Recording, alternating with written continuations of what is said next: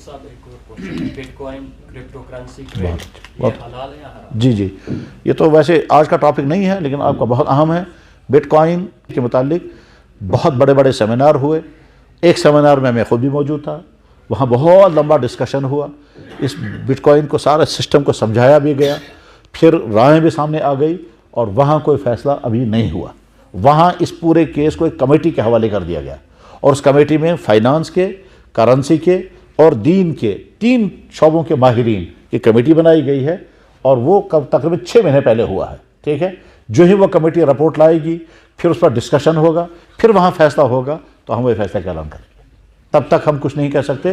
Bitcoin और इस जैसी दूसरे जो डिजिटल करेंसियाँ आ रही हैं और आइंदा और आएंगी और हो सकता है कि ये करेंसी ख़त्म हो जाए और वही करेंसी दुनिया में चलने लगेगी।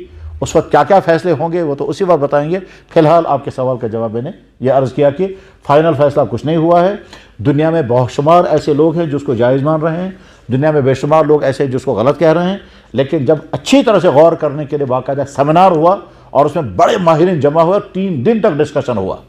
पहले हम समझ ही नहीं पा रहे हमारा तो इसलिए वो माहिरीन आकर के बहुत डिटेल के साथ उन्होंने बिटकॉइन और क्रिप्टो करेंसी की डिटेलें बताई। तो उसका लिटरेचर तकसीम हुआ, फिर वो हमने समझा, फिर वहाँ दूसरा डिस्कशन शुरू हो गया कि अब ये जायज़ है तो शक्लें उसके जायज़ होने की क्या क्या हो सकती हैं और ख़तरे क्या क्या हैं, और अगर ये नाजायज़ है तो नाजायज़ होने की वजह क्या क्या हो सकती हैं, लेकिन साथ में जायज़ होने की वजह क्या हो सकती हैं। तो इन तमाम बातों का खुलासा यह है कि वहाँ कोई फ़ैसला नहीं कर पाए, इसलिए वो कमेटी के हवाले हो गया।